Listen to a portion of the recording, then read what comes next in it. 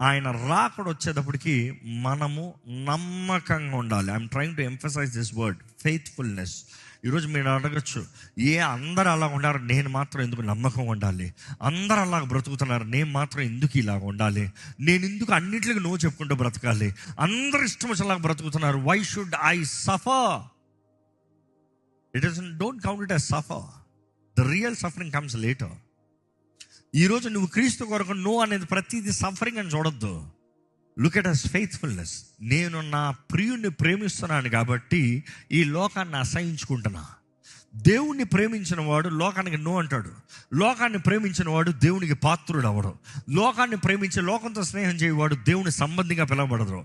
నువ్వు దేవునికి నమ్మకంగా ఉన్నావంటే ఆయన వచ్చినప్పుడు ఆ బోరధ్వని శబ్దానికి, ఆ మధ్యాకాశంలో ఆయన వచ్చేటప్పటికి నిన్ను తీసుకుని వెళ్తాడు. నీ నిరీక్షణ ఆయన వస్తే నేను ఎత్తబడతాను.